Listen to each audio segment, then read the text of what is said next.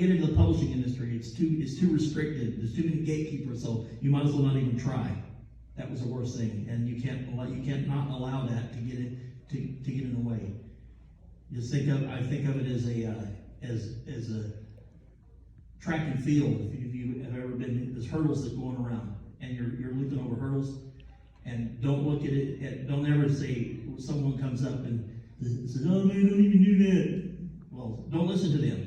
And that's the worst thing that you can ever say to someone is don't try, or just give up because you're not good enough, or it's anything like that. It's not true. And so that would be the worst advice I've ever had. I've had the same thing. I've had a lot of people tell me, just give up. It's not going to amount to anything. No one's ever going to know your name. But it doesn't matter if they know my name. I've got my book out there. Someone will read it eventually.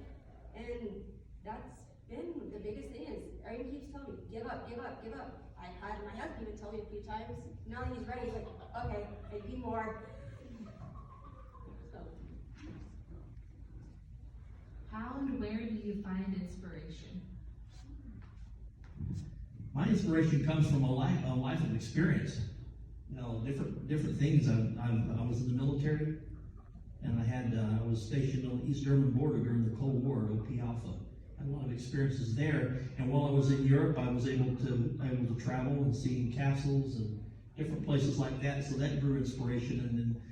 And when I was a child, I was a reader of history. So I wasn't just out playing football. You know, I would go home and by the time I was in the 7th grade, I was reading books about the Mongols and all these kind of people. And so it's a step-by-step process is what it is. And then my faith guides a lot of what I do. And and whatever your experience is what you're gonna put into your book. And so that's basically the way it is for me. For me, geez, where to start? I originally started drawing when I was little. I loved watching cartoons like most of us do. Now it's my 6 kids. There's like, Mom, you need a new character. Gone too long without making something new. I've always had this little clique of friends that would be like, hey, that would be a great story. Let's do this, let's do that. And that's actually how my book came to be, is by role playing with a friend. And I'm like, you know what? This is good enough for us to like, why not share it with everyone else? So that's where I got my inspiration. I still do that. I have several different friends that I do different things. Some is romance, some is adventure, some's medieval, some's, things that bump in the night. So. What has been your biggest challenge and how did you approach it? Wow, now that's a loaded one right there. There's a whole bunch of those. They're hurdles. And the biggest one is as far as writing goes, is breaking into it in the first place without giving up and being frustration. Frustration can be a very big challenge, and it can lead to burnout. But when that happens, I will develop a writer's block, and that will become a major frustrating problem. And then, so what I have to do, I just have to sit. I just have to come back away from it for a bit, and then look at it with fresh eyes. And one more word about inspiration. You mentioned earlier, one of the greatest inspirational writers that I've been influeed by is Shakespeare and Dickens, but it has to be J.R. or Tolkien. It has to be. There's hands down that Tolkien was a major. He was, there's a lot of parallels between myself and Tolkien. As a veteran and things like this, and we both like nature. Green things, trees, water, clean environment, and things like this. And so that's a great. That's stands right there equal with my faith. And I find that sufficient to overcome the challenges and not give up. For me, was trying to find a place that would even look at my book. I tried. No one wanted to even say, hey, that's a good book, that's a good idea. So what I did is I went with self-publishing. And even at that, I'm still looking, hey, here's my script, take a look at it. I've edited it, I've changed it, and still haven't done it yet. But I talked with friends, they're like, hey, maybe we can make this into a cartoon series, make the manuscript for that. So I've been slowly working on that, and that's, biggest thing for any of us is find someone that would like our scripts to publish us, which I think you understand with that. Yes, most definitely, it's a challenge, but it's not one that's, it's one that we can overcome. Oh, yes. And, you know, having people who support you makes it even easier because you have someone that you can look back on and say, hey, can you give me opinions? I just feel down. I don't know what I do. When you start rushing, you just become a mess. The story turns to a flop and then no one likes it. When your own book, when you read it, gives you the same emotions that you want your people to have, makes you cry, makes you laugh, you know it's a good book. You know you're going where you want to go.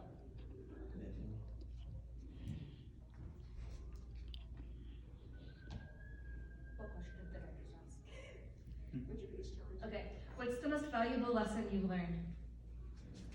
Again, let's not give up, and to put effort into what you're creating. If I don't like it, no one else is gonna like it.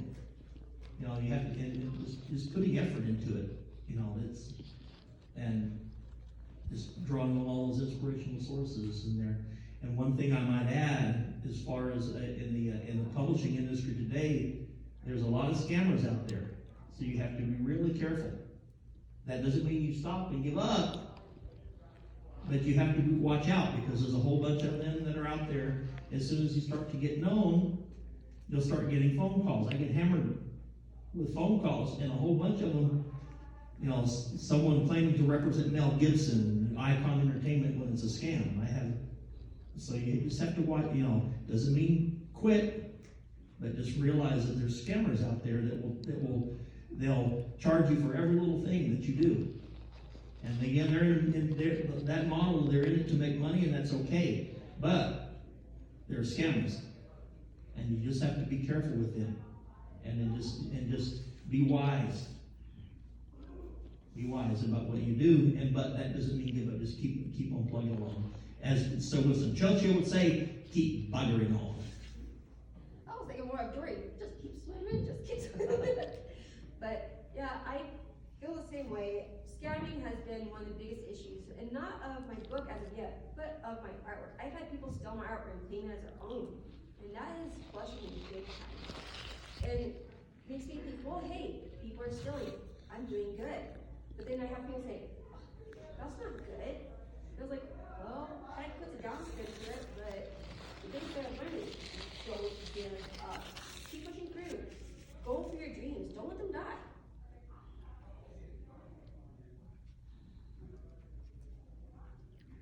What is something you thought was important but has turned out not to be? I don't know. That's a hard one there. You know, sometimes you start along a storyline and you think it's going to go somewhere, but then it doesn't. It kind of dries up. Well, that's the only way I don't really have an answer for that one. You know, maybe I've written several genres, and when I first started years ago, just writing stories and things that were westerns, and I didn't, you know, and that genre and things like that, and that kind of dried up. You know, I wrote a couple of that, and that kind of dried up on there. So I guess that would be my only answer for that one there. For me, it's time. Like I said, when you start rushing, things don't come out. You've probably seen it in a lot of TV series where you're watching it, looks all good, and then you can tell when they start rushing because the storyline becomes muddled and it's not good, and you don't find an interest anymore. So I find time, yeah, you might have a deadline, but take your time. Just don't let it rush you.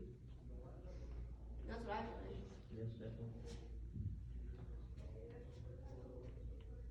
What advice do you have for someone who's just starting out?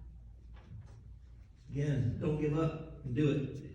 And write a rough draft of your story. You know, that doesn't mean you're going to write it all at once. And then get someone else to read it. Read it back. Or, barring that, what you want to do, you want to have someone sitting there who's willing as a friend that you can read it out loud to. And you will find that no matter how many times you go through the manuscript, you're going to find glitches in there, a comma left out here, or a quotation mark left out there, a misspelling, something like that. No matter how many times you need someone else to go back there and to read it. and then leave it for a few days, and then come back and work it again. But it can be tedious. But that, you know, but the what I do is it flows out of me, and I can actually, it's hard to describe, but it's almost like it's almost like there's a video running, and I can actually, I know it sounds strange, but I can actually see the characters in front of me. I can see it, I can feel it. And so that's you know, in this manner, you're pouring all you have into the story. And it's, you have to catch the mistakes, but don't get frustrated because you make a mistake, because we all do. Oh, that's only natural. Yeah. We ain't robotics. Yeah. I'm the same way. When we wrote our book, like I said, it took us 3 tries, and each time when we did it, we either added or took something out until we was finally happy with what we had.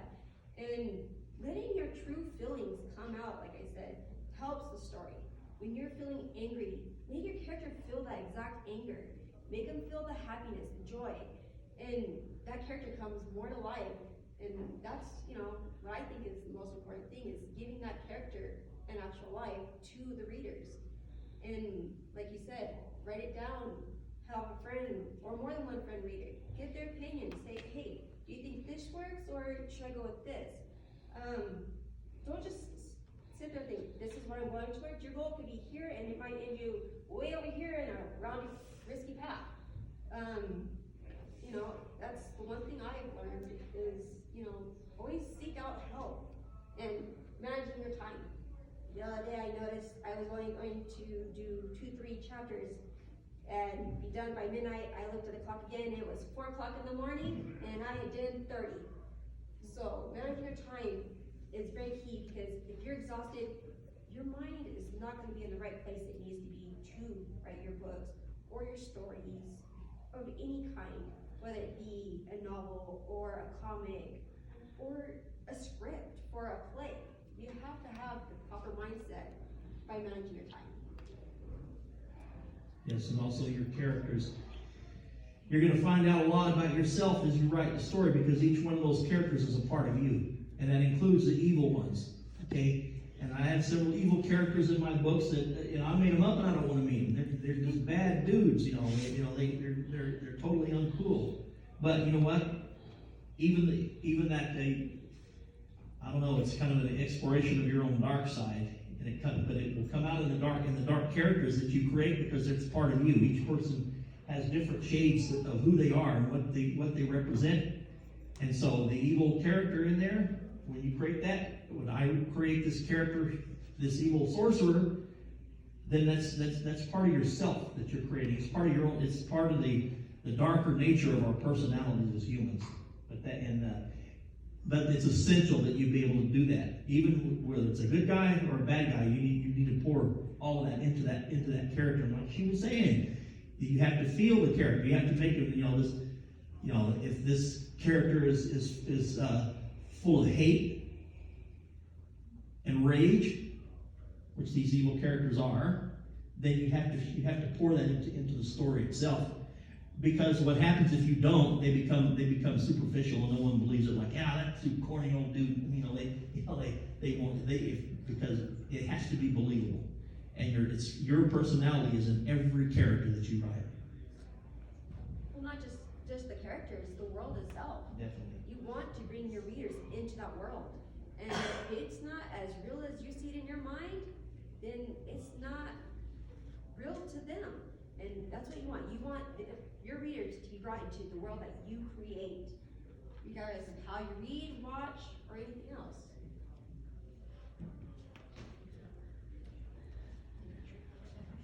That's a good conversation, guys. We endeavor to persevere. Good. What led you to start your career path? Just the joy of creating. The joy of creating? Yes. Okay. It's, Tolkien said that you're how did he put it? You're not a creator in the sense that a God is a creator, but you're creating a subworld. You're a sub-creator. And what you have to do, you have to be worried about creating that world and not making $1 million. It's okay to make money if you want to, but it's, you have to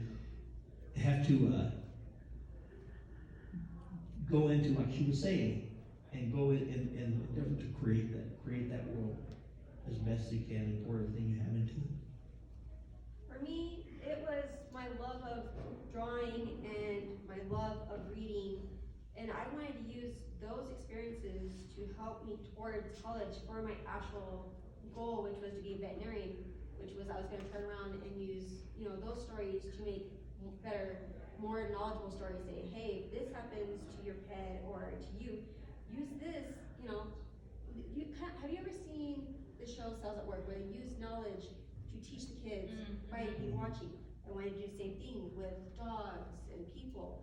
Learn, hey, if this happens to your dog, you can do this instead.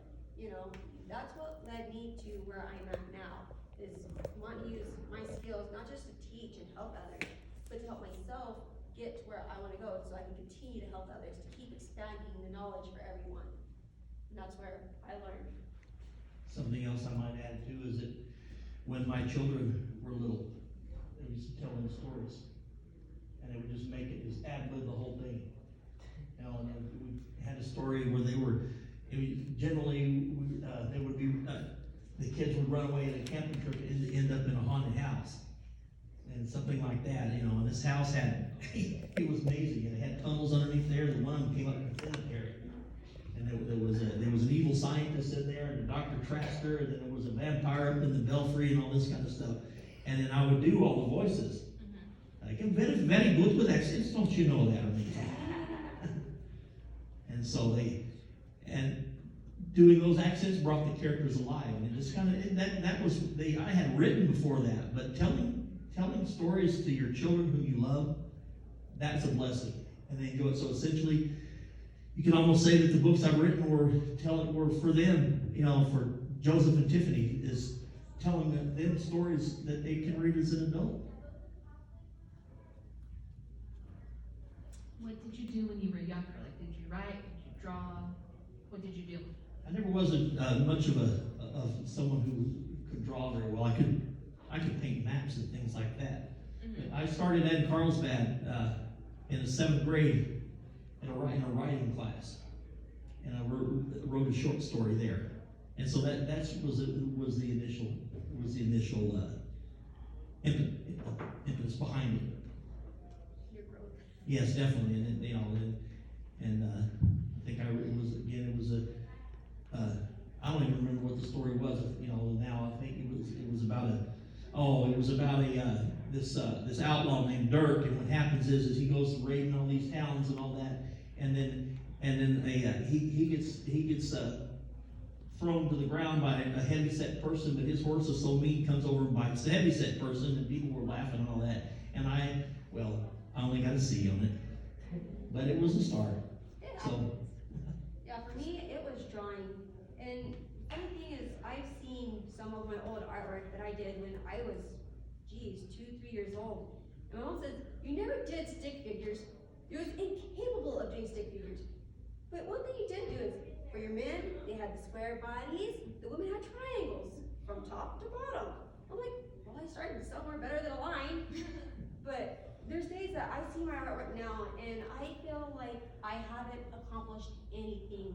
And Mom's like, sweetheart, look back here to this. I'm like, we don't talk about that. No, put it away. And from there, I keep looking back at my old artwork. I have somewhere from time I was 2 to time when I was 10. I keep different increments of my artwork so I can constantly compare to where I've grown. So I know I'm getting better.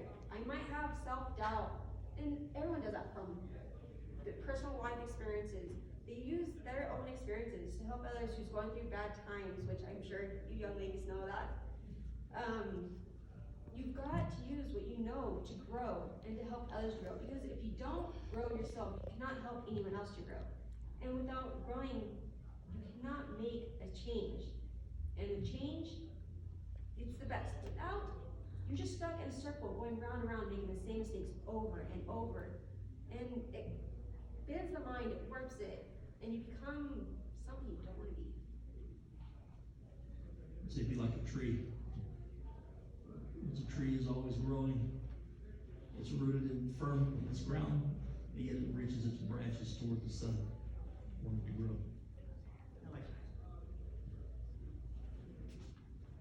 How difficult did you find it to get into publishing?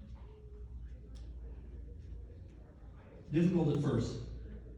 You know, it took a better part of a decade, but that goes back to what we were saying earlier, about not giving up. And again, I started out with self-publishing, and I learned all the lessons about scammers and all this kind of thing in there going along the way. So that breaking into the industry was the hardest part. And now it's building into a success. It just takes time and effort. And I completely agree with that. Like I said, I'm still looking for someone to publish me. I went self-publishing, and I still get people telling me no, and I don't give up, no matter what I've done. I might hit a block here. The next day, I can push right through that block and find better ways to get people to know what I am. For me, I'm out there at cons saying, hey, this is what I've done. You should check it out. You might like it. You might make your own. Other times I'm on Facebook. I recently